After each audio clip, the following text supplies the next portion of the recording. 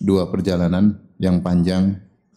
Yang pertama perjalanan di dunia, mengarungi kehidupan dunia sampai selesai. Kemudian kita lanjutkan lagi perjalanan berikutnya, perjalanan di akhirat yang jauh lebih panjang, Dan dua perjalanan ini diisyaratkan di antaranya dalam firman Allah Subhanahu wa taala, "Wa tazawwadu fa inna khairaz zadi taqwa, wattaquni ya ulil albab." Ketika Allah berbicara tentang haji, Allah berfirman, "Wa tazawwadu," berbekalah. Ya karena orang haji harus punya bekal. Kalau enggak punya bekal dia enggak bisa haji, hanya merepotkan orang lain. Ya, kemudian Allah mengatakan fa inna khairaz zadi taqwa, sebaik-baik bekal adalah ketakwaan. Sebagian ahli tafsir disebut Al-Qurtubi rahimahullah. Adapun firman Allah fa inna khairaz zadi taqwa, sebaik-baik bekal adalah ketakwaan, isyarat pada perjalanan setelah kematian, yaitu perjalanan di hari akhirat. Sehingga haji butuh bekal dan kehidupan setelah kematian juga butuh bekal, dan sebaik-baik bekal adalah takwa. Demikian juga seperti dalam hadis Rasulullah SAW mengisyaratkan tentang dua perjalanan tersebut, kata Nabi sallallahu alaihi wasallam, "Kun fid dunya ka'annaka gharibun aw abiru sabil." Jadilah kau di dunia seperti orang asing atau hanya orang yang numpang lewat. Berarti dunia harus dilewati, tetapi hanya sebentar, seperti orang yang numpang lewat, karena akan melanjutkan perjalanan yang lebih panjang, yaitu perjalanan setelah kematian. Demikian juga ketika Rasulullah sallallahu alaihi wasallam didatangi oleh Ibnu Mas'ud dan Rasulullah tidur di atas tikar yang tipis yang terbuat dari daun korma yang dipilin, ya. Maka terlihat bekas di lambung Nabi sallallahu alaihi wasallam, maka Ibnu Mas'ud mengatakan, "Ala nattakhidhu laka wita'an?" Ya Rasulullah, tidakkah kami siapkan bagi engkau kasur yang empuk, ya. Kata Rasulullah sallallahu alaihi wasallam, "Mali walid dunya, apa urusanku dengan dunia? Innama masali wa masalud dunya karakibin istadhalla tahta syajaratin summa raha fatarakaha." Apa urusanku dengan dunia? Sungguhnya perumpamaanku dengan dunia seperti seorang pengembara yang sedang bersafar, kemudian mampir sebentar di bawah sebuah pohon, tidur sebentar, kemudian dia pergi meninggalkan pohon tersebut. Yaitu Rasulullah menyebutkan dunia ibarat seperti tempat istirahat sebentar di bawah sebuah pohon yang tidak perlu terlalu nyaman karena cuma sebentar. Masih ada perjalanan yang panjang setelah itu. Tentunya hanya orang yang bodoh yang menempuh perjalanan tanpa bekal. Dia tidak akan bisa sampai pada tujuan. Oleh karenanya, pada pembahasan kali ini kita akan bahas tentang bekal seorang mukmin dalam dua perjalanannya. Tentunya pembahasan ini sangat panjang. Makanya Ibnu Qayyim menulis buku judulnya Zadul Ma'ad fi hadi khairil ibad. Perjalanan hari kebangkitan. Zadul Ma'ad, zat artinya bekal, yaitu bekal perjalanan hari kebangkitan. Ternyata buku Zadul Ma'ad yang berjilid-jilid tersebut isinya semua sunnah Nabi sallallahu alaihi wasallam, ya. Dari sirah Nabi, sunnah Nabi, ya. Dari perkara-perkara sepele sampai perkara-perkara besar. Intinya Ibnu Qayyim ingin mengatakan bekal terbaik adalah meniti sunnah Nabi Muhammad sallallahu alaihi wasallam. Oleh karenanya kalau kita bilang bekal, semua ajaran Islam adalah bekal. Tapi pada kesempatan kali ini saya ingin menyampaikan poin-poin penting yang menurut saya perlu kita tinjau kembali, perlu kita renungkan kembali agar perjalanan kita mungkin lebih baik. Safar kita di dunia dan safar kita di akhirat semoga menjadi lebih baik, ya.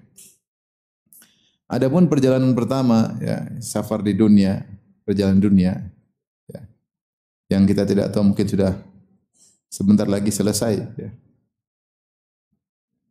Entah sudah tinggal berapa lama lagi perjalanan kita, ya. Ibu-ibu yang usianya ada 60 coba angkat tangan. Ah, udah, entar lagi itu biasanya. Bapak-bapak yang sudah di atas 60 ada. Entar. Ya. Biasanya entar lagi biasanya. Tapi kita nggak tahu, kadang-kadang yang rambutnya masih hitam semua di luar sampai. Kita nggak ada yang tahu. Tapi perjalanan kita akan sampai pada titik yang sama. Sampai pada tujuan. Kita semua ngantri dalam rel kematian dan tidak ada yang keluar dari rel tersebut. Hanya saja kita tidak tahu siapa yang depan, siapa yang belakang. Tetapi Qul innal mautal ladzi tafirruna minhu fa innahu mulaqikum. Katakanlah bahwasanya kematian yang kalian lari darinya pasti menemui kalian dari depan. Jadi kematian mengejar kita. Kata Allah, aina ma takunu yudrikumul maut. Dimanapun kalian pergi, kematian mengejar. Bukan cuma mengejar, dari depan dia nungguin. Ya. Dia udah kejar dari belakang, kita udah kabur, tahu-tahu datang dari depan. Ya. Qul innal mautal ladzi tafirruna minhu fa innahu mulaqikum. Sungguhnya kematian yang kalian kabur darinya dia akan menemui kalian dari depan. Terus mau kemana? Mau kabur dikejar dari belakang, kabur tahu-tahu datang dari depan. Jadi masalah safar tersebut bisa saja berhenti kapan-kapan. Saya kemarin baru ketemu kawan termasuk hobi olahraga. Ustaz baru kemarin kawan usia 52 atau 50 sekian meninggal dunia. Padahal olahraga lari sepekan 2 kali atau 3 kali. Meninggal pas lari. Ya. Kalau sebagian kita kan cuma lari dari kenyataan. Ini lari beneran, dia lari beneran. Terus meninggal. Banyak orang olahraga pengen lari dari kematian malah meninggal dunia. Oleh karenanya sementara ada sebagian orang yang tidak olahraga umur panjang. Ya bukan berarti saya bilang jangan olahraga ya. Maksud saya apapun yang kita lakukan usaha itu namanya ikhtiar, tapi ajal di tangan Allah Subhanahu wa taala. Maka safar yang di dunia ini yang sedikit ini ya 60 70 tahun. Harus kita perhatikan karena dia adalah penentu untuk safar berikutnya. Dan bekal untuk safar berikutnya kita kumpulkan dalam kehidupan ini. Safar, bekal untuk safar yang panjang kita hanya bisa kumpulkan di dunia ini. Maka kita harus serius ya. Di antara hal yang mungkin perlu kita renungkan kembali tentang kenapa kita diciptakan. Kita apa diciptakan? Kita diciptakan untuk apa? Ikhwan dan akhwat. Untuk beribadah kepada siapa? Allah. Untuk beribadah kepada Allah. Salah satu tujuan untuk beribadah kepada Allah. Salah satu tujuan di antara bentuk ibadah yang paling agung adalah mengenali Allah. Mengenali Allah. Makanya Allah berfirman, "Wa ma khalaqtul jinna wal insa illa liya'budun." Tidaklah aku ciptakan jin dan manusia kecuali untuk beribadah kepadaku, kata Allah Subhanahu wa taala. Ada seseorang merenungkan, dia bilang tidaklah Allah ciptakan apapun kecuali ada tujuannya. Allah enggak ada ciptakan sesuatu batila. Rabbana ma khalaqata hadza batila. Ya Allah, tidak ada kau ciptakan ini sia-sia. Kau ciptakan langit ada tujuannya. Engkau ciptakan matahari ada tujuannya. Engkau menciptakan rembulan ada tujuannya. Engkau menciptakan oksigen ada tujuannya. Engkau menciptakan tanah ada tujuannya. Engkau menciptakan sebagian misalnya logam-logam ada tujuannya. Semua ada tujuannya, ada fungsinya. Ya, matahari ada tujuannya, rembulan tujuannya. Maka kita juga diciptakan ada tujuannya.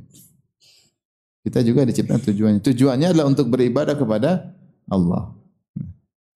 Maka ini yang perlu mungkin kita renungkan kembali. Sudahkah saya hidup di atas muka bumi ini mewujudkan tujuan tersebut? Seharusnya seluruh aktivitas kita adalah untuk ibadah kepada Allah. Seharusnya kita sebagaimana firman Allah, "Qul inna salati wa nusuki wa mahyaya wa mamati lillahi rabbil alamin." Katakanlah sungguhnya hidupku, matiku hanyalah untuk siapa? Allah. Salatku, sembelihanku, hidupku dan matiku hanya untuk Allah. Seharusnya setiap aktivitas kita bernilai ibadah. Seharusnya demikian. Seharusnya setiap waktu yang kita lewati harusnya ibadah kepada Allah. Harusnya ibadah kepada Allah. Nah, kita renungkan kembali, ternyata banyak sekali waktu-waktu kita yang terbuang yang tidak bernilai ibadah. Maka mulai dari sekarang, coba kita ingat-ingat kembali ayat ini. Saya diciptakan buat apa? Untuk ibadah kepada Allah. Maka berusaha seluruh aktivitas adalah untuk cari pahala. Sampai misalnya minum kopi. Saya minum kopi, saya suka kopi, tapi saya ingin dapat pahala dengan kopi ini. Supaya apa? Supaya ngisi kajian tidak ngantuk. Kalau saya niatkan gitu dapat pahala. Ya. Atau seorang misalnya minum kopi berlezat-lezat, saya minum kopi lezat-lezat, ini halal. Supaya saya tidak minum yang pahit, yang khamar. Dapat pahala. Semua tergantung apa nih? Niat. Innamal a'malu binniyat. Saya olahraga supaya apa? Supaya kuat untuk ibadah, supaya sehat, bisa bangun salat malam, bisa beraktivitas ngurus anak istri, bisa berbakti pada orang tua, olahraga, berkeringat karena Allah dapat pahala. Ini kita bicara perkara duniawi. Mulailah kita renungkan bahwasanya kita berusaha segala aktivitas kita karena Allah. Ini bekal kehidupan kita dalam perjalanan dunia. Usahakan setiap aktivitas kita bernilai pahala. Sampai perkara-perkara yang menunjukkan seakan-akan jauh daripada ibadah seperti kemesraan suami istri juga bernilai pahala. Seperti firman Allah Subhanahu wa taala, "Nisa'ukum harthul lakum fa'tu harthakum anna syi'tum." Sungguhnya istri kalian adalah sawah ladang kalian, maka datangilah sawah ladang kalian sebagaimana yang kalian sukai. Terserah bagaimana caranya, kapan kalian ingin datangi.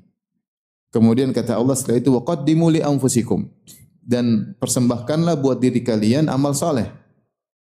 Bayangkan setelah Allah sebutkan tentang ayat anjuran untuk mendatangi istri, setelah itu Allah sebutkan waqaddimu li anfusikum, persembahkanlah untuk diri kalian amal soleh.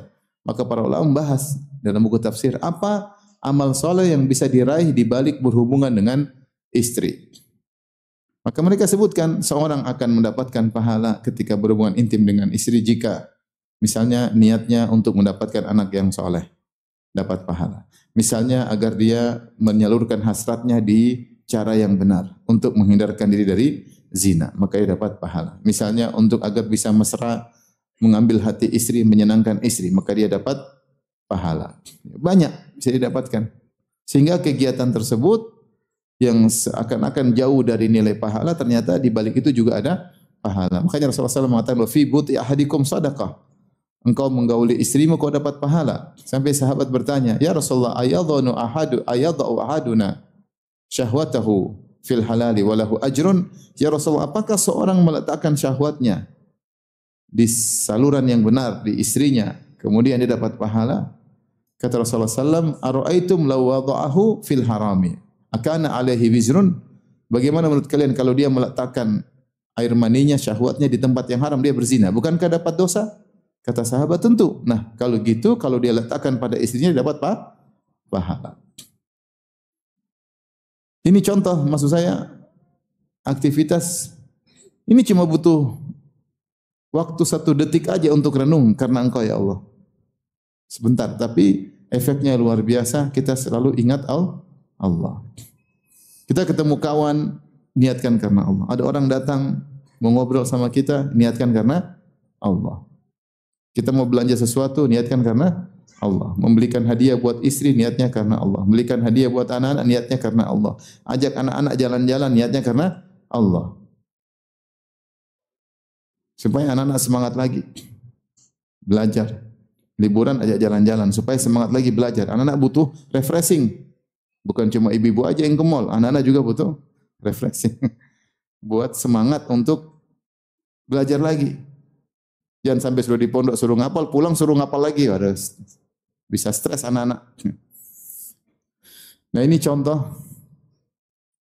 agar bekal kita banyak dengan meniatkan segala aktivitas kita karena Allah. Ibu-ibu banyak bisa ibu lakukan. Masak, niatkan karena Allah. Ngelayani suami, niatnya karena Allah. Bikinkan kopi buat suami, niatnya karena Allah. Cucikan pakaian suami, niatnya karena Allah. Ngantar makanan, suapin suami, niatnya karena Allah. Sikat gigikan suami, niatnya karena Allah. Kalau suami suka, biarin aja. Ada suami yang suka aja, enggak apa. Ya. Ada suami yang suka dilayani. Ya. Yang suka kaos kakinya dibuka sama istrinya, ada yang seperti kalau ada masalah ya. Aisyah radhiyallahu anha dulu apa? Menyisir rambut Nabi sallallahu alaihi wasallam. Beri minyak wangi kepada tubuh Nabi sallallahu alaihi wasallam. Aisyah yang nyisir rambut. Ini bapak-bapak kasihan rambutnya panjang, dia nyisir sendiri. Kasihan. Istri kemana Pak? Lagi masak ya. Punya parfum banyak, semprot sendiri. Kasihan. Harusnya ada istri yang semprotin. Bagus. Kalau istri yang pakein, istri dapat pahala enggak? Dapat pahala. Maksud saya sebenarnya banyak hal yang bisa kita lakukan. Begitulah agungnya niat. Begitulah agungnya niat. Nabi berkata, innamal a'malu binniyat. Amalan tergantung niat. La ajra illa an hisbah. Kata Nabi, tidak ada pahala kecuali jika ihtisab, diniatkan karena Allah Subhanahu wa taala. Baik, ini di antara hal yang perlu kita renungkan kembali sehingga aktivitas kita semuanya bernilai pahala. Bapak-bapak yang kerja kalau keluar rumah pagi-pagi ingin ke kantor, ingin jualan, ingin marketing, ingin sales, niatkan saya karena Allah. Sehingga semua kegiatan kita keluar dari rumah di bawah terik matahari, kemudian terkena banyak asap kendaraan, ya capek, menahan rasa kantuk. Ini pahalanya besar. Niat karena Allah. Agar tidak ada waktu yang terbuang-buang. Saya tanya sama ibu-ibu, bisakah nonton film Korea karena Allah? Saya tanya aja. Bisa enggak? Siapa tahu bisa. Kalau bisa dapat pahala.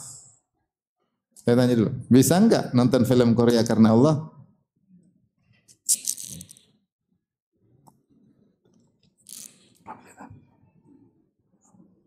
Bisa enggak? Inilah fungsinya. Di antara fungsi kalau kita sering niat karena Allah, kita akan mengontrol aktivitas kita. Kalau ini enggak bisa kita larikan karena Allah, berarti enggak benar. Berarti enggak benar. Paham? Saya tanya sama Bapak, bisakah beli jam harganya 1 miliar karena Allah? Coba renungkan aja, bisa enggak kira-kira? Susah kan? Susah. Sehingga ketika ini, karena kalau kita selalu mengontrol hati kita karena Allah, banyak hal yang bisa kita filter. Yang kita filter. Ya. Susah ya. Oleh karenanya, dengan karena Allah, hidup lebih berkah, aktivitas lebih terkontrol, lebih jauh dari kemaksiatan. Jauh dari kemaksiatan. Maka sering-seringlah kita berniat karena Allah. Perkara sederhana ya. Ketemu kawan, ajak kawan main di rumah, olahraga, ngobrol, menyenangkan hati orang, ketemu tetangga, salaman, senyum, kirim kue ke teman, ucapin salam kepada orang miskin. Orang miskin kalau ada orang kaya salam, dia senang enggak? Senang, dia merasa dihargai. Ada tukang sampah kita, Assalamualaikum Pak, senang enggak tukang sampah? Senang, tapi kalau antum jalan begini, dia tersinggung. Dia tersinggung, manusiawi. Dia kerja buat kita. Sehingga segala aktivitas berpahala. Sehingga kita tidak lari daripada tujuan kita diciptakan. Wa ma khalaqtul jinna wal insa illa liya'budun. Antum kira kita diciptakan begitu saja? Enggak, ada tujuannya dan kita akan dihisab. Allah mengatakan, afa hasibtum annama khalaqnakum abatha wa annakum ilaina la turja'un. Apakah kalian menyangka kami ciptakan kalian cuma main-main doang? Abath, hanya sekedar senda gurau, bermain-main. Wa annakum ilaina la turja'un, kemudian kalian tidak dikembalikan kepada kami. Tentu jawabannya tidak benar. Kalian diciptakan karena ada tujuan, kalian akan dikembalikan dan akan dihisab oleh Allah Subhanahu wa taala. Allah berfirman juga, ayah sabul insanu ayyutraka suda. Alam yakun nutfatan min mani yumna, thumma kana 'alaqatan fa khalaqa fa sawwa, dan seterusnya. Apakah manusia menyangka dia diciptakan begitu saja tanpa ada tujuan? Tidak diperintahkan, tidak dilarang. Semua ada tujuannya. Semua ada tujuannya. Maka pastikan aktivitas kita semuanya untuk ibadah. Kalau kita pun terjatuh dalam kesalahan dosa, apa ibadah di balik dosa? Bertobat dan istighfar. Kalau kita dapat nikmat, apa ibadah di balik nikmat? Bersyukur. Kalau kita diuji terkena musibah, apa ibadah di balik musibah? Bersabar. Sehingga seorang berputar pada ibadah kepada Allah. Semua aktivitas adalah ibadah. Makannya ibadah, minumnya ibadah, tidurnya ibadah. Apa kata Mu'adz bin Jabal? Inni la ahtasibu naumati kama ahtasibu qaumati. Aku berharap dapat pahala dari tidurku sebagaimana aku berharap dapat pahala dari salat malamku. Kenapa? Mu'adz bin Jabal kalau mau tidur niatnya untuk bangun salat malam. Pernahkah kita mau tidur niat bangun salat malam? Ya, pernah berapa kali? Atau kita pas mau tidur nonton YouTube, Facebook sampai ketiduran. Mana mau niat? Pas nonton Facebook nonton ijazah. Asli atau palsu? Atis palsu enggak? Sampai ketiduran. Terus enggak sempat niat.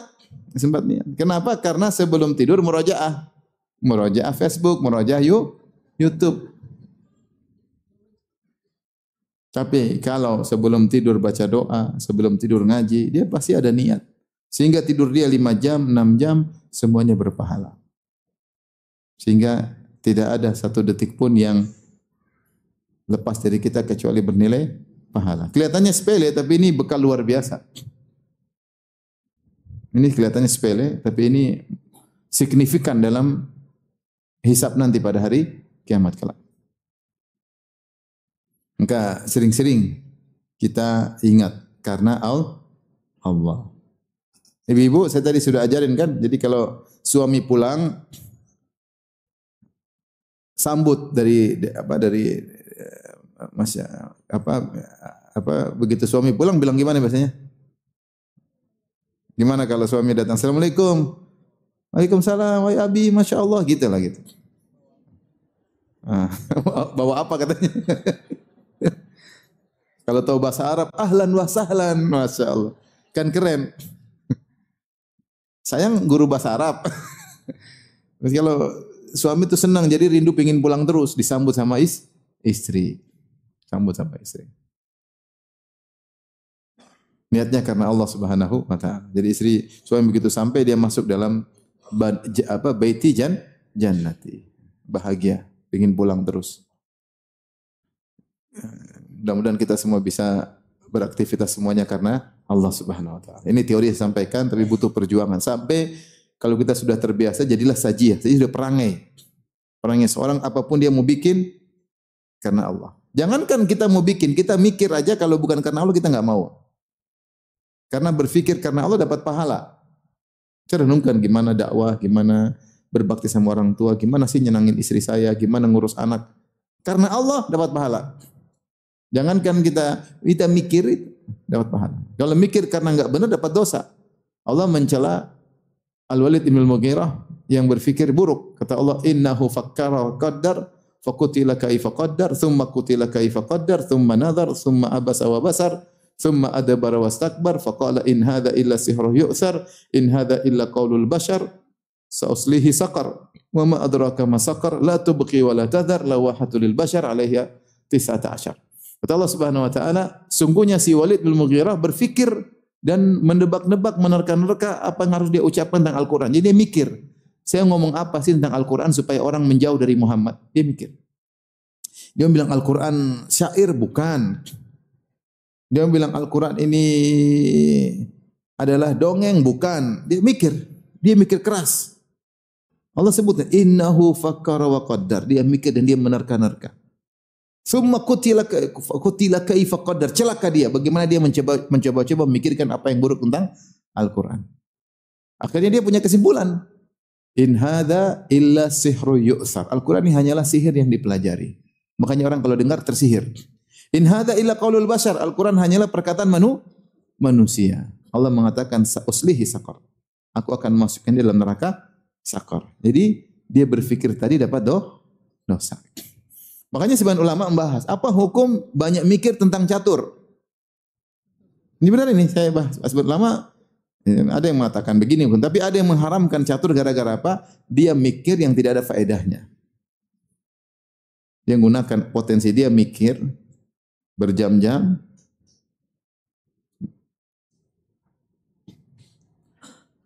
Maka orang yang cerdas memikirkan hari akhiratnya, dia berusaha mikir pun karena Allah.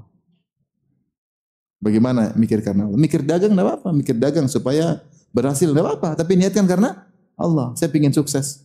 Mikir gimana anak-anak kerja apa, anak-anak bisnis apa, mikir.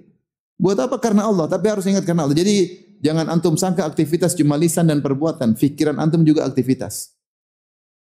Pikiran juga itu apa? Aktivitas. Maka niatkan karena Allah. Yang usia 60 tahun kan banyak berpikir biasanya. Iya enggak? Atau yang muda yang banyak berpikir. Kita banyak hidup kita di antaranya berpikir.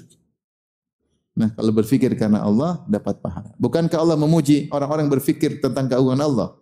Inna fi khalqis samawati wal ardi wa ikhtilafil laili wan nahari la ayatin li ulil albab alladzina yadhkuruna Allaha qiyaman wa qu'udan wa 'ala junubihim wa yatafakkaruna fi khalqis samawati wal ard. Rabbana ma khalaqta hadza batila subhanaka faqina adzabannar. Sungguhnya pada penciptaan langit dan bumi dan pergantian siang dan malam ada tanda-tanda kebesaran Allah bagi orang-orang yang cerdas, yaitu orang-orang senantiasa berzikir kepada Allah dalam kondisi berdiri, dalam kondisi duduk, dalam kondisi berbaring. Wa yatafakkaruna fi khalqis samawati wal ard. Kemudian mereka merenungkan tentang penciptaan langit dan bumi. Mereka berkata, ya Allah, tidak mungkin kau ciptakan ini semua sia-sia tanpa tujuan. Faqina adzabannar. Maka selamatkanlah dari neraka Jahannam. Lihatlah bagaimana mereka dipuji oleh Allah karena berfikir yang benar. Berfikir yang benar. Antum tadabbur, afala tadabbarun al-Quran, baca Quran ini ayat maksudnya apa? Ini maksudnya apa? Dapat pahala. Jadi usahakan semua aktivitas karena Allah.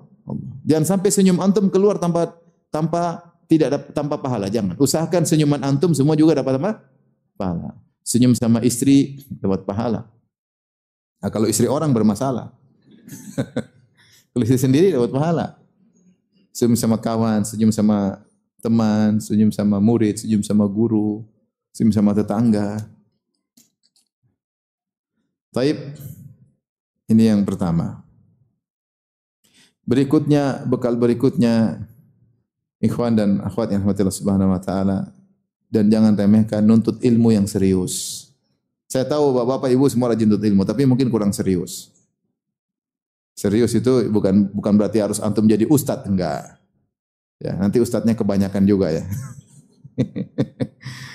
Mau saya, ya, karena ya jadi ustadz dengan ilmu yang berkapasitas cukup tidak mudah ya, tidak mudah ya untuk perjuangan. Tapi maksudnya untuk diri sendiri paling tidak untuk keluarga.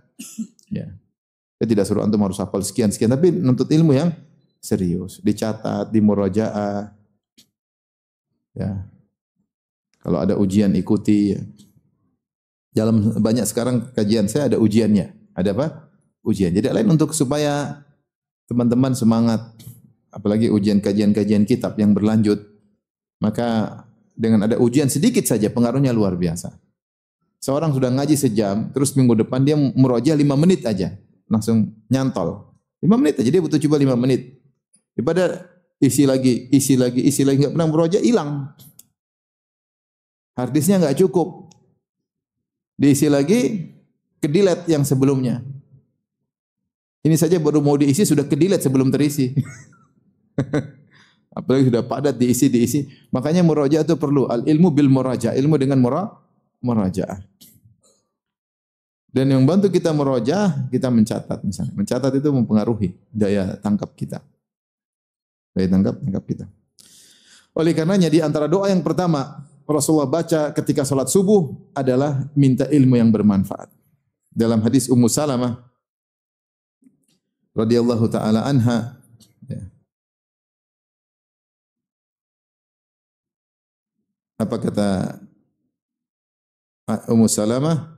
Kana yaqulu idza shalla subha hina yusallimu, adalah Nabi sallallahu alaihi wasallam membaca setelah salat subuh ketika salam. Berarti setelah salam. Allahumma inni as'aluka ilman nafi'an. Ya Allah, kumohon kepada Engkau ilmu yang bermanfaat. Wa rizqan thayyiban, rizki yang halal, yang baik, wa amalan mutaqabbalan, dan amal yang diterima. Ini kalau kita boleh bilang hadis ini adalah modal kehidupan dunia. Makanya diminta di awal kali kita mau aktivitas. Ilmu bermanfaat supaya dapat rezeki yang halal, supaya amalnya diterima. Isyarat bahwasanya ada ilmu yang tidak bermanfaat. Benar enggak? Ketika kita minta ilmu bermanfaat berarti ada ilmu yang tidak bermanfaat. Ketika kita minta rezeki yang halal berarti ada rezeki yang haram. Ketika kita minta ilmu amal yang diterima berarti ada amal yang tidak diterima. Dan semuanya rezeki yang halal untuk mengetahuinya daripada rezeki yang haram, demikian juga amal yang diterima, bagaimana cirinya supaya kita terhindar dari amal yang tertolak? Cuma dengan ilmu. Maka seorang serius ketika baca doa ini, Allahumma nas'aluka ilman nafi'an wa rizqan thayyiban wa amalan mutaqabbalan. Karenanya kalau kita baca tentang ilmu, jadi maksudnya seorang yang berjalan di atas kehidupan ini selalu butuh ilmu. Berusahalah kita tidak terlepas dari majelis ilmu. Tidak harus setiap hari, enggak. Kita masing-masing punya kesibukan. Paling tidak seminggu sekali kita selalu hadir dalam majelis apa? Ilmu. Seminggu 2 kali, seminggu 3 kali bagus. Ya, tapi jangan sampai berminggu-minggu tidak pengajian. Ikatkan diri kita pada ilmu tertentu. Mau yang sibuk ngaji kitab tauhid boleh, ngaji fikih boleh, ngaji akhlak boleh, ngaji adab boleh, ngaji sirah boleh, ngaji sejarah boleh. Yang penting ada ilmu dia geluti. Dan dia seriusin, dia baca. Apa kata Nabi sallallahu alaihi wasallam? Ad-dunya mal'unatun wa mal'unun ma fiha. Dunia ini semua terlaknat. Kenapa dunia ini melalaikan orang dari Allah? Membuat orang lupa dengan akhirat. Makanya Nabi mengatakan hukum asal dunia terlaknat. Ad-dunya mal'unatun wa mal'unun ma fiha. Dunia terlaknat dan seluruh isi dunia terlaknat. Kecuali apa? Illa dzikrullah, kecuali mengingat Allah. Wa mawala, dan apa yang dicintai oleh Allah. Wa aliman wa muta'alliman, dan orang alim dan orang yang belajar. Orang yang alim, orang yang belajar. Karena orang yang belajar, mau tidak mau dia ingat agama Allah. Kalau dia ingat agama Allah berarti dia ingat Allah Subhanahu wa taala. Agar kita terlepas daripada laknat, kita belajar. Ilmu inilah yang membimbing kita agar kita bisa selamat dengan izin Allah.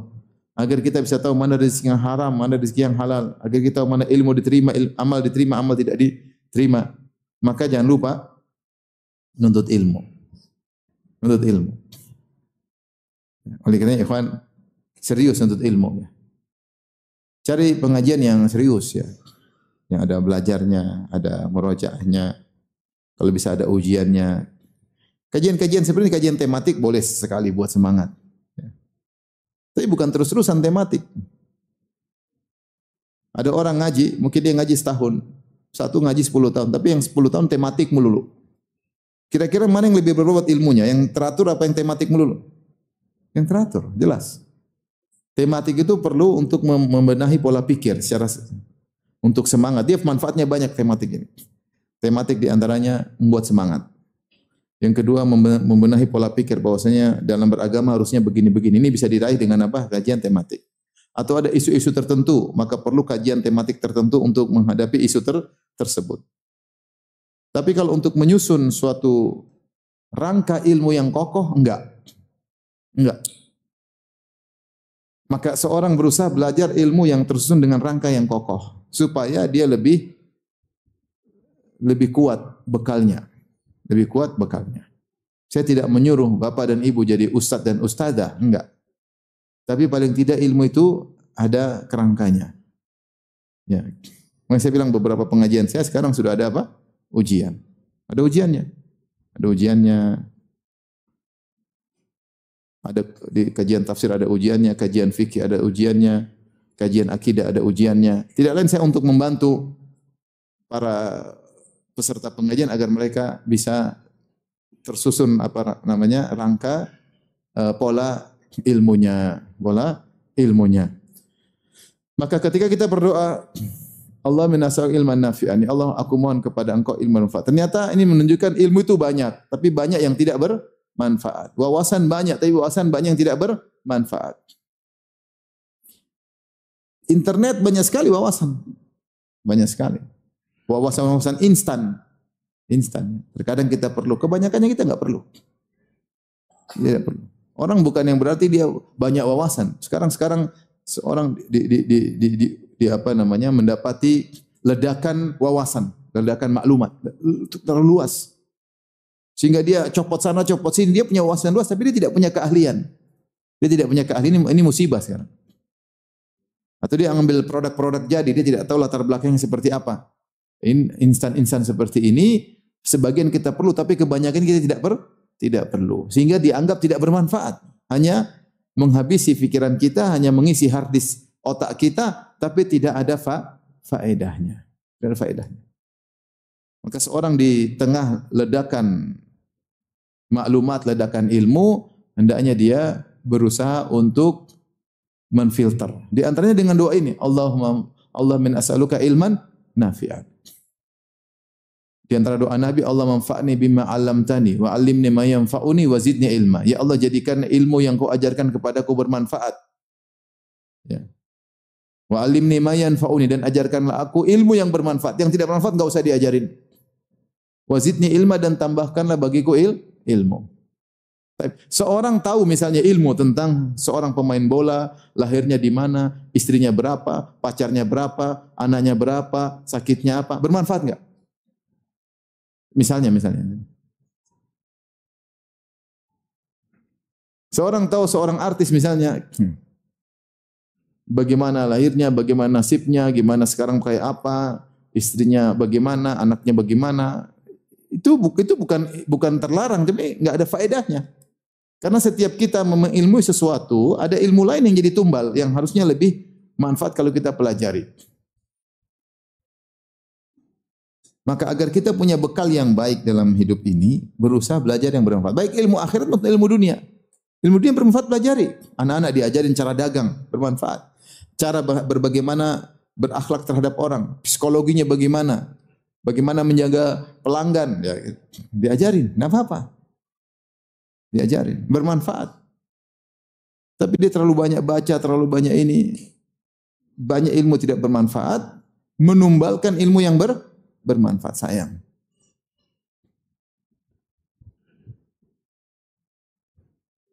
Dan ini akan repot bagi dia di akhirat, karena kan ditanya tentang apa yang dia pelajari, apa yang telah dia amalkan. Oleh karenanya, jangan sampai lepas dari nuntut ilmu. Begitu agungnya ilmu sampai Rasulullah bersabda, wa innal malaikata la tad'u ajnihataha ridhan li talibil ilmi bima yasna. Sungguhnya para malaikat meletakkan sayapnya karena suka dan ridho dengan perbuatan orang yang nuntut ilmu. Sebagian ulama berpendapat, maksudnya malaikat meletakkan sayap itu malaikat turun. Kalau ada orang belajar nuntut ilmu, malaikat turun untuk menghormatinya. Sebagian berkata, malaikat menaruh sayapnya supaya diinjak oleh penuntut ilmu, karena senang dengan penuntut ilmu. Sampai yang berpendapat demikian. Sampai datang sebagian riwayat ada orang ngejek, mana malaikat? Malaikat. Hati-hati jangan sampai keinjak, dia ngejek. Akhirnya kakinya lumpuh. Sehingga sebagian ulama menafsirkan maksudnya benar-benar malaikat, ya hal gaib kita enggak tahu. Tapi karena dia ridha, dia letakkan sayapnya sehingga dipijaki oleh penuntut ilmu. Luar biasa. Majelis ilmu itu luar biasa. Tetapi ilmu yang benar, gurunya yang benar, belajarnya runut. Ya. Jangan sampai menuntut ilmu malah pikiran duniawi. Menuntut ilmu malah ajang pamer ini, pamer anu. Menuntut ilmu tapi bicaranya artis-artis melulu. Ya. Jangan. Menuntut ilmu tapi carinya popularitas. Jangan, salah, itu menuntut ilmu yang salah. Menuntut ilmu itu kita semakin takwa sama Allah. Semakin rajin sholat malam, semakin khusyuk ketika sholat, semakin jauh dari syubhat dan haram, seperti itu.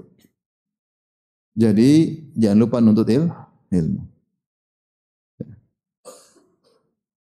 Majelis berkah. Allah berikan sakinah, ketentraman, mawaddah, rahmat. Allah turunkan kepada orang penuntut yang masuk dalam majelis ilmu. Taib. Ini dengan ilmu tersebut maka kita insya Allah dimudahkan tahu mana rizki yang halal, mana rizki yang haram. Sehingga tatkala kita mencari rizki, kita waspada. Ini haram, tinggalkan. Syubhat, tinggalkan. Ya, tinggal ambil yang halal. Yang halal alhamdulillah masih ada. Rizki orang, seseorang telah tercatat. Mau dia ambil dengan cara haram atau halal, jumlahnya sama. Hasilnya sama terakhirnya. Maka tidak usah ragu-ragu untuk meninggalkan yang haram. Ya, kata Nabi SAW, Inna Jibril nafatha fi ra'i anna nafsan lan tamuta hatta tastakmila rizqaha. Sungguhnya Jibril telah menyampaikan kepadaku bahwasanya seorang tidak akan meninggal dunia sampai rezekinya sempurna. Ya, rezekinya sempurna, enggak dikurangi sedikit pun. Ya. Fa ajmilu fit talab. Kalau gitu carilah rezeki dengan cara yang baik. Cara yang baik. Jangan terlalu ngoyo. Bukannya tidak berusaha, cari-cari kata Nabi, tapi jangan terlalu ngoyo ya. Sampai lembur 5 jam. Kasihan, kapan ketemu anak istri kalau lembur sehari 5 jam. Kemudian kata Nabi sallallahu alaihi wasallam, "Khudhu ma halal, ambil yang halal, wa da'u ma haram." Tinggalkan yang haram, sudah selesai. Ada untung banyak yang haram, tinggalin, nanti Allah ganti dengan cara yang halal. Tidak usah ragu-ragu, sudah. Ini bukan rezeki saya sudah tercatat. Rezeki saya bukan di tanganmu. Rezeki di tangan Allah Subhanahu wa taala. Ya.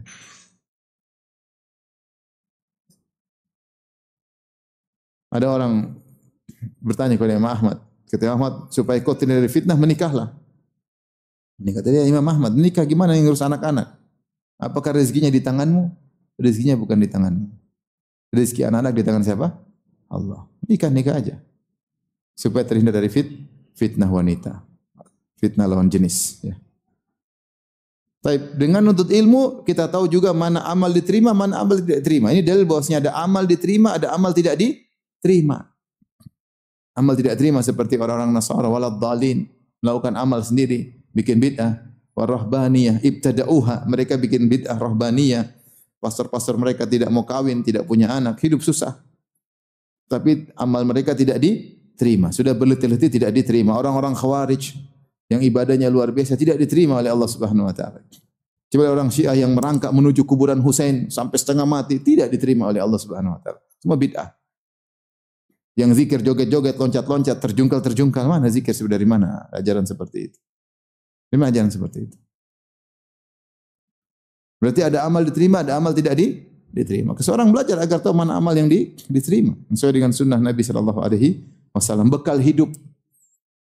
Untuk amal soleh jangan pernah spekulasi. Kalau dagang boleh spekulasi. Tapi kalau amal soleh jangan spekulasi. Yang jelas-jelas sudah banyak. Ini adalah pedoman hidup. Kalau beramal soleh yang jelas-jelas aja. Yang tidak jelas ya sudah kamu aja. Saya enggak. Saya pingin yang jelas-jelas saja. Masih banyak ibadah yang jelas. Baik. Di antara bekal hidup, ikhwan dan akhwat yang rahmatillah subhanahu wa ta'ala, hubungan dengan kerabat harus baik. Kerabat kita siapa sih? Rahim-rahim kita. Ya. Harus baik. Dan ini diantara perkara yang sangat urgen disampaikan oleh Nabi. Penyambung silaturahmi. Dalam Al-Quran banyak sekali perhatian terhadap kerabat. Wa ati dzal qurba haqqahu, berikanlah hak kerabat. Wa atal mala ala hubbihi dzawil qurba, dan dia mengeluarkan harta yang dia cintai kepada kerabat. Ya.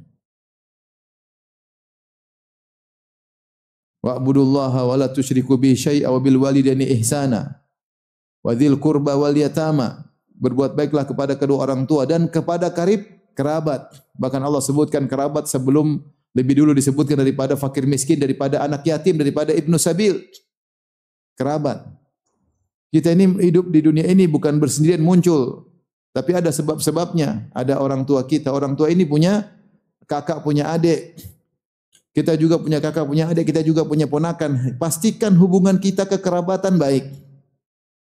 Di antara ibadah yang sangat agung adalah menyambung silaturahmi. Allah sebutkan di antara sebab masuk surga adalah silaturahmi. Kata Allah, walladzina yasiluna ma amara Allah bihi ayyusal. Dan orang-orang menyambung silaturahmi yang diperintahkan untuk disambungnya. Setelah itu Allah sebutkan di akhir ayat, jannatu adin yadkhulunaha wa man salaha min abahim azwajim wa dzurriyyatihim. Mereka mau surga dengan orang-orang soleh dari orang tua mereka, istri mereka, anak mereka masuk surga. Gara-gara di antaranya gara-gara silaturahmi. Nabi pertama kali masuk kota Madinah, apa kata Abdullah bin Salam? Awwalu kalamin sami'tuhu ya ayyuhan nas afsus salam wa atimu ta'am wa silul arham.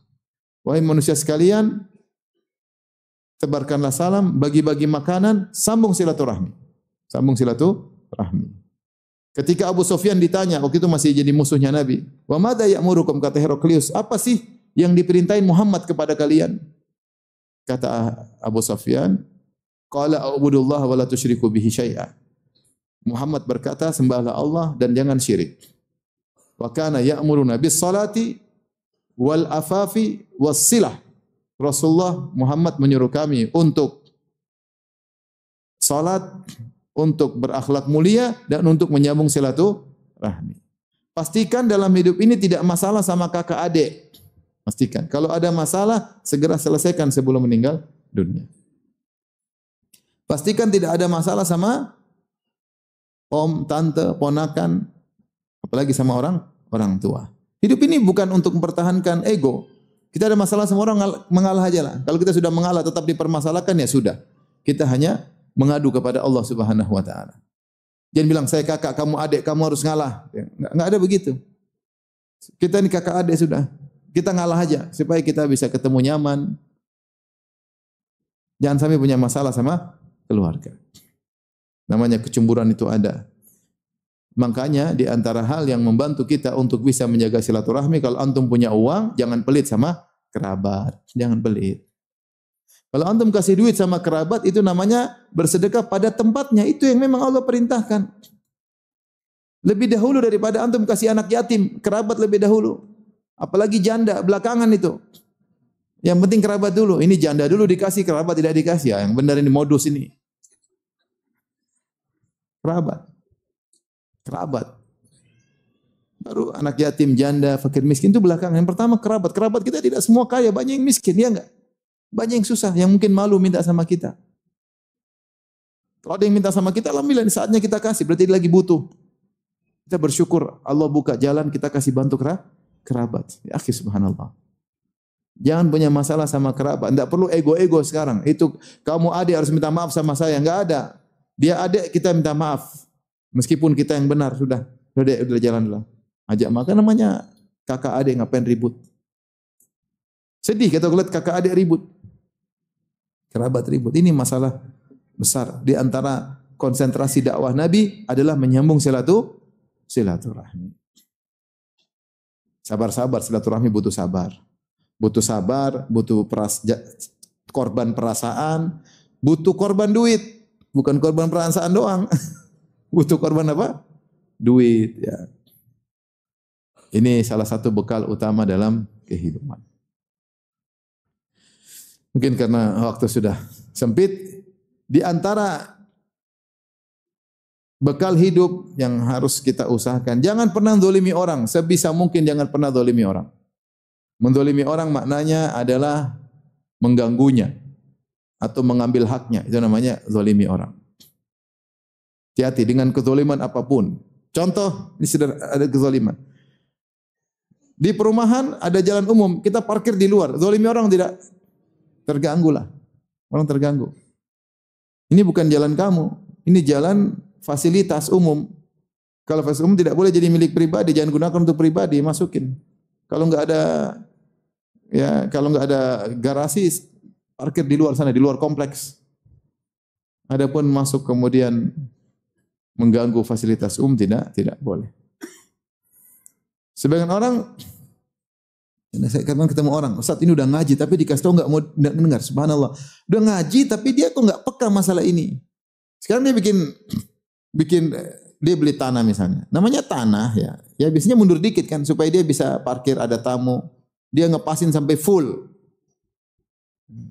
Padahal rumah-rumah yang lain mundur, dia sendiri mau sampai full. Subhanallah, ini kan mengganggu. Udah ngaji tapi ngajinya kayaknya kok enggak ada dampaknya.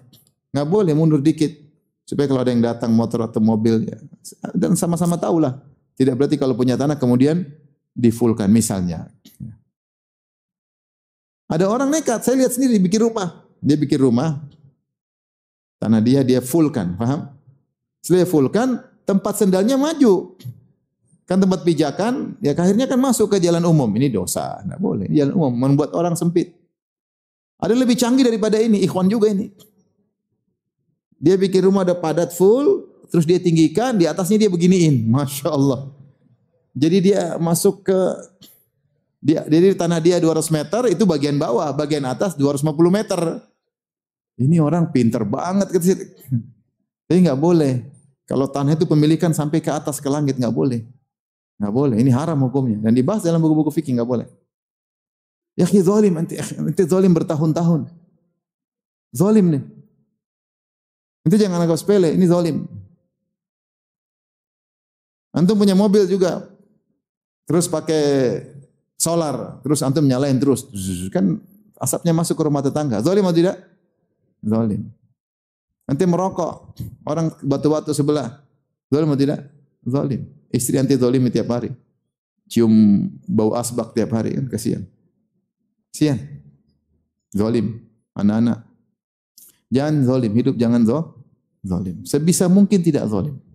Zalim itu pertama adalah mengganggu orang lain. Itu namanya zalim. Makanya di antara haramnya rokok, la dharar wala dirar. Rokok itu mengganggu orang lain. Mengganggu diri sendiri, mengganggu orang lain. Tapi ya, meskipun ada manfaatnya katanya. Rokok ada manfaatnya. Di antara manfaatnya, pencuri tidak jadi masuk karena batu-batu mulu katanya. Enggak jadi enggak perlu pasang anjing di luar. Pokoknya ada batu-batu enggak jadi masuk. Manfaat menghalangi pencuri masuk ke dalam rumah. Manfaatnya menambah masukan para dokter karena banyak pasien yang yang kena penyakit paru-paru. Istilahnya. Jangan zalimi orang. Sebisa mungkin jangan zalimi orang. Kalau putar sesuatu, jangan keras-keras. Ganggu orang enggak bisa tidur. Saya di kompleks luar biasa, ya Allah. Bikin konser. Duk-dak, ya Allah. Sore-sore sudah latihan, duk-dak. Malam sampai, aduh, ini orang subhanallah. Dia pikir kita suka suara dia. Terlalu husnudzon. Tidak pada tempatnya. Kita dengar pening dengar dia, tapi kita enggak bisa ngelarang. Mau diapain?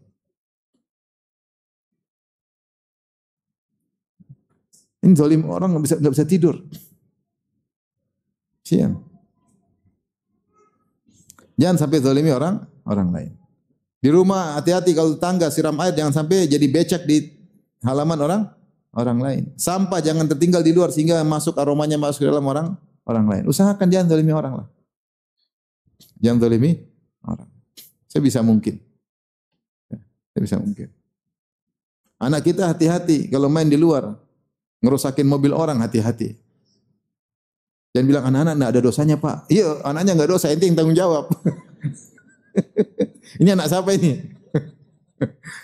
Anak kita keluar ambil batu kemudian geret mobil orang kan rusak kan. Orang Indonesia kan sayang sekali sama mobilnya, iya enggak? Kalau di Saudi enggak terlalu, robek biasa aja. Indonesia kalau digeret gitu hatinya yang tergores. Ini anak keluar bawa batu geret, ya kita tahu anak kita yang bikin, jangan pura-pura enggak tahu. Jangan sampai kita zalimi orang. Kita anak ini tidak berdosa, tapi kita yang tanggung jawab. Ya minta pengertian. Pokoknya jangan ada masalah sama orang dan itu mustahil kita enggak punya masalah, tapi berusaha jangan saya punya masalah sama orang. Lihatlah bagaimana Umar bin Khattab ketika ditikam. Ditikam, siapa yang tikam saya? Kata dia, Majusi. Kata Umar, alhamdulillah tidak menjadikan kematian saya di tangan seorang muslim. Umar tidak ingin punya masalah sama orang muslim di akhirat. Saya kalau punya masalah sama orang muslim, belum tentu yang menang.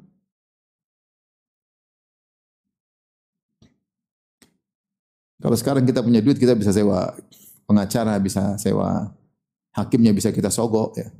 Bisa atau tidak? Bisa banget. Yang penting ada duit.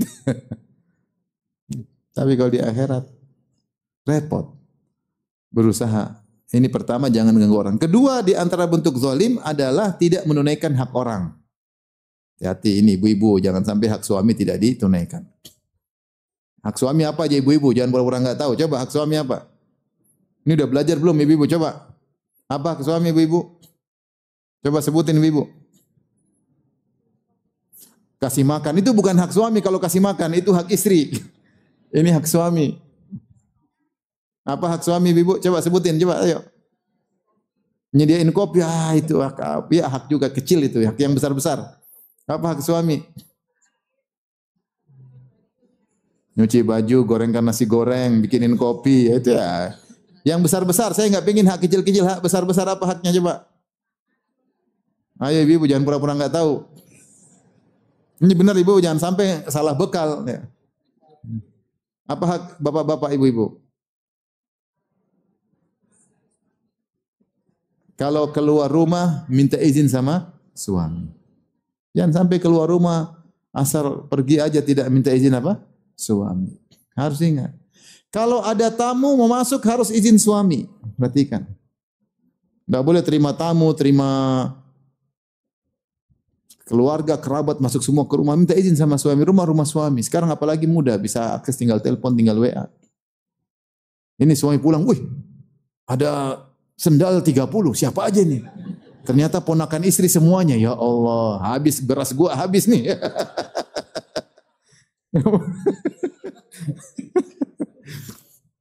Tidak apa-apa suami jangan pelit, cuma kasih tahu suami itu butuh penghormatan. Tahu-tahu kumpul lah itu. Oh, om, berapa lama? Sebulan om mau tinggal sini, masya Allah. Ini roti belum laku-laku dari kemarin. Jadi jangan terima tamu kecuali dengan izin apa?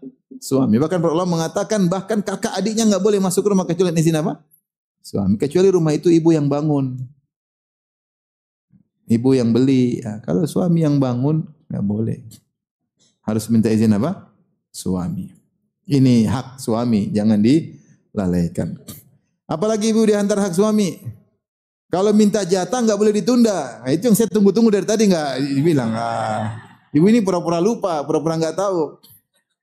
Padahal itu hak yang paling ditekankan oleh Nabi Shallallahu Alaihi Wasallam. Idza da'at, kalau ada seorang laki-laki, ila da'ar rajul mar'atahu ila firashihi, fa'abat, fabata ghadban la'anat al-malaikatu tusbih.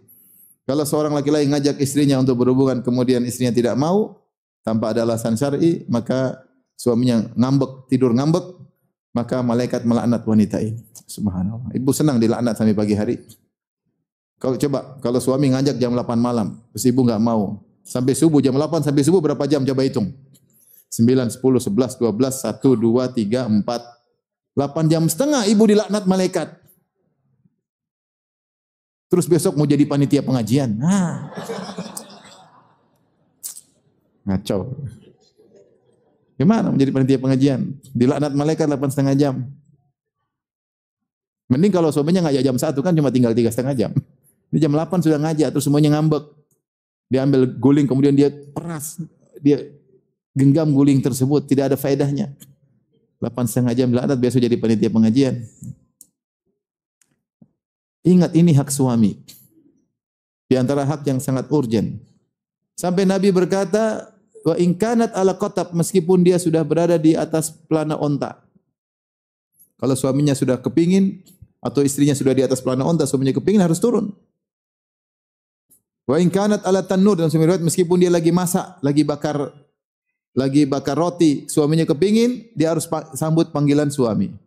Meskipun rotinya hangus kata para ulama, enggak ada masalah. Roti hangus berapa ribu sih? Tapi kalau udah ada suami yang hangus.